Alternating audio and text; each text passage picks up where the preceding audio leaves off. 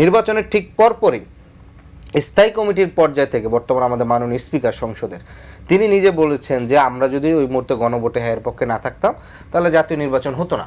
তাহলে এই যে আমরা না থাকলে আপনি সবসময় বিএনপি বলবে যে বিএনপি সবসময় সৎ সাহসের রাজনীতিটা করে আসছে, তাহলে আপনারা সৎ সাহস থাকলে নির্বাচনের আগে বলতেন যে এই গণভোটের যে অধ্যাদেশ দিচ্ছে সেটা অবৈধ, অতএব আমরা গণভোটে না এর পক্ষে।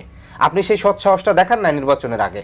যখন নির্বাচনটা আস্তের উপর হয়ে গিয়েছে তখন আপনি একেবারে 180 ডিগ্রি অ্যাঙ্গেলে আপনি ঘুরে গেলেন। তার মানে হচ্ছে আপনি যদি এখানে দেখেন যে সাংবিধানিক প্রতিষ্ঠানগুলোকে দলীয়করণ করা, আপনার হচ্ছে প্রতিশ্রুতি দিয়ে প্রতিশ্রুতি ভঙ্গ করা, আপনার হচ্ছে রাষ্ট্রের মৌলিক পরিবর্তন করা, সেই জায়গাটা আপনার ভেটো দেওয়া, এই যে তিনটি জায়গা। এবং হিস্ট্রি যদি আপনি যদি আরেকটু পিছনে দেখেন যে 91 সালে 3 জোটের যে রূপরেখা ছিল, সেইবার বিএনপি ক্ষমতায় আসার পরে সেই 3 জোটের রূপরেখা মানে নাই। ফলশ্রুতিতে 94 সালের এক মাগুরার উপনির্বাচনকে কেন্দ্র করে আওয়ামী লীগ জামাত পর্যন্ত একসাথে হয়েছে, বিএনপির বিরুদ্ধে আন্দোলন করছে এবং তত্ত্বাবধায়ক সরকার, শুধু তত্ত্বাবধায়ক সরকার সংবিধানে সংশোধন করার জন্য 12 দিনের জন্য একটা সরকার গঠন করতে হয়েছে। 2001 সালে ক্ষমতায় আসার পরবর্তীতে তার হচ্ছে বিচারপতির বয়স বাড়ানো নিয়ে, যে তত্ত্বাবধায়ক সরকারের সময় কে প্রধান হবেন KM হাসানের এই বয়স বাড়ানো নিয়ে আবারও হচ্ছে বিএনপির সাথে জড়িত। ফলে দুইবার যখন ক্ষমতা আসার পরে তার যখন এই প্রতিশ্রুতি ভঙ্গ হয়, আজকে তৃতীয়বার যখন সেই প্রতিশ্রুতি ভঙ্গের সম্ভাবনা দেখা যায়, তখন তো এই সন্দেহটা না, এটাই তো প্রমাণিত হয় যে তার পূর্বের রাজনৈতিক আচরণ সে আসলে পরিবর্তন করতেছে কিনা। এবং এর সাথে সর্বশেষ যুক্ত হয়েছে যে মত প্রকাশের স্বাধীনতা।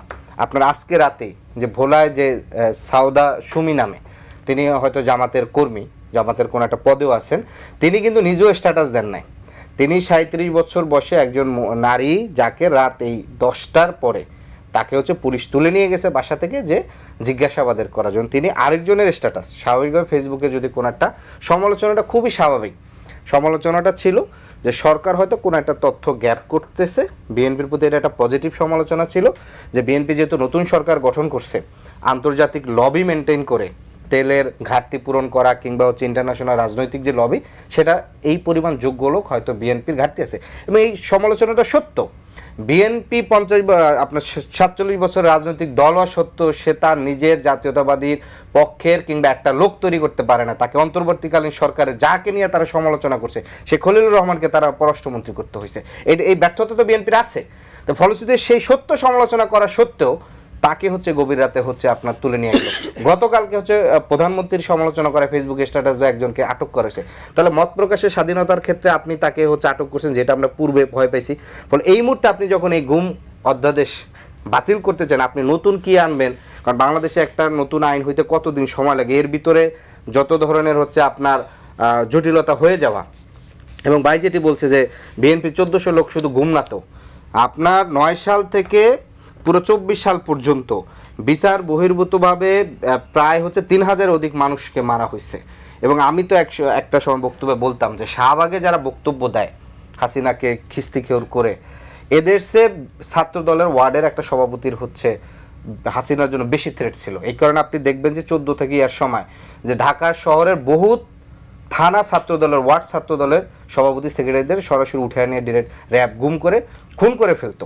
কারণটা কি? কারণ ও ওয়ার্ড সভাপতি, ও 100-150 ছেলে পেলে মুভ করতে পারে, একটা আন্দোলন করলে হরতাল বাস্তবায়ন করতে পারে, ওটা নিয়ে ফেলতো।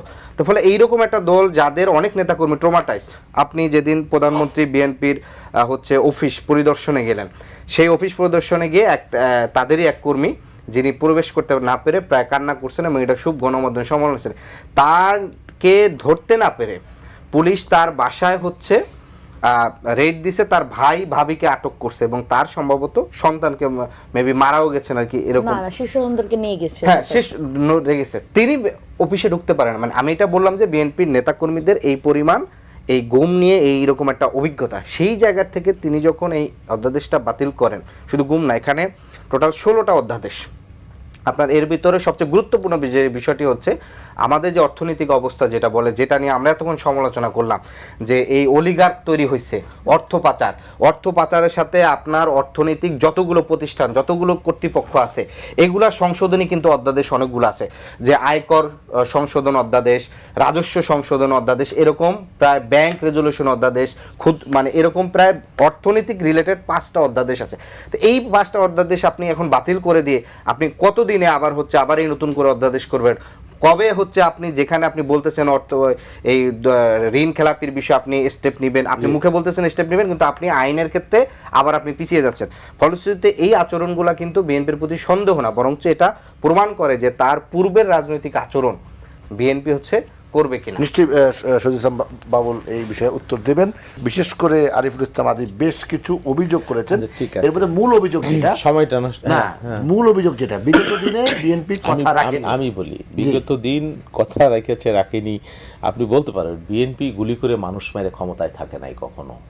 হ্যাঁ, আপনার রাত জেগে বিএনপি যদি কোথাও ভুলও হয়ে থাকে সেটা সংশোধন করেছে মানুষের জন্যে। হ্যাঁ, এটা অস্বীকারও করে নাই। আর 90 আর 2024-এর প্রেক্ষাপট এক না। এখন ধরেন সংস্কার বা বৈষম্য বিরুদ্ধে যে অবস্থানটা, আমি একটা প্রশ্ন যদি করি আমার বিরোধী দলের বন্ধুদের, এই যে নারী, তাদের হয়তো তো একটা বিরোধী দলের চেয়ারে একজন নারী আমি দেখি না। এটা কি বৈষম্য না? এটি কি সংস্কারের প্রয়োজন নাই? একজন নারীকে তারা নমিনেশন দিতে পারলো না? তাহলে তো সেই প্রাগৈতিহাসিক যুগে আবার আমি ফিরে গেলাম, প্রস্তর যুগে। এইটা সংস্কার হবার প্রয়োজন আছে না? মস্তিষ্কে, মননে, কাজে এখানে দরকার নাই সংস্কার, শুধু বিএনপিকে খুঁচানো। দেখেন বিএনপি নাকি জুলাইয়ের সবচেয়ে বড় বেনিফিশিয়ারি। আরে ভাই, যেই দল ক্ষমতায় ছিল 3 বার 4 বার, যেই দল খালেদা জিয়া প্রধানমন্ত্রী ছিল, তারেক সাহেবের পিতা বাংলাদেশের রাষ্ট্রপতি, স্বাধীনতার ঘোষক, নির্বাচন হইলে আরও আগে সে প্রধানমন্ত্রী হইতে পারত। আর যদি জুলাই না হইতো, নাহলে আরও 3 বছর পরে হইতো, 5 বছর পরে হইতো, পার্থক্য তো এইটাই।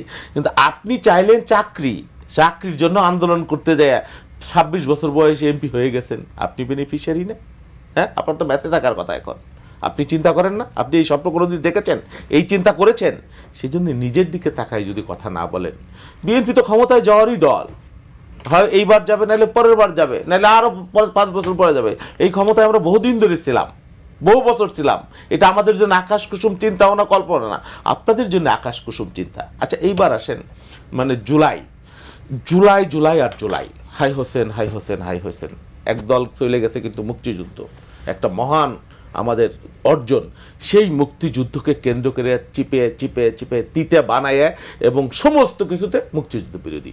বাংলাদেশে আওয়ামী লীগ ছাড়া আর মুক্তিযুদ্ধের পক্ষের কেউ ছিল না। এগুলো করে পালাই চলে গেছে। কিন্তু এখন সেই মুক্তিযুদ্ধকে বিএনপিকে অন করা লাগে। হ্যাঁ, আর অন করার মানুষ নাই কিন্তু।